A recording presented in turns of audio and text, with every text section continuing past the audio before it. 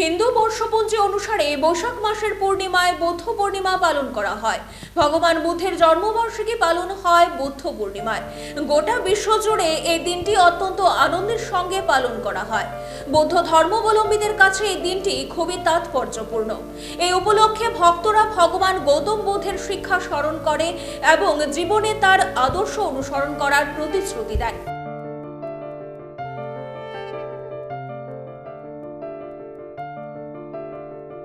বুদ্ধ পূর্ণিমা উপলক্ষে আগরতলা কুঞ্জবন এলাকার বেনুবন বৌদ্ধ বিহারে উদযাপিত হচ্ছে বুদ্ধ পূর্ণিমা।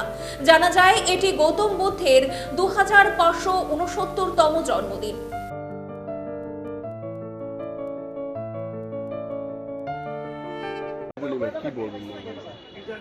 আজকে বুদ্ধ পূর্ণিমা উপলক্ষে আমরা এখানে এই বেনুবন বুদ্ধ বিহারে পালন করছেন। এখানে দায়িক দায়িকা ভিক্ষু সংঘ উপস্থিত হয়েছে। আমরা একটু পরে বুদ্ধ পূজা করব। বুদ্ধ পূজা করার পরে আমরা বিশ্বের শান্তির জন্য আমরা প্রার্থনা করব, যাতে সবাই সুখ শান্তি থাকতে পারে মতো। বুদ্ধ পূর্ণিমা হচ্ছে একটা ইম্পর্টেন্ট আমাদের বুদ্ধিস্ট পিপল সবার জন্য, আমরা সবাই এখানে পালন করি।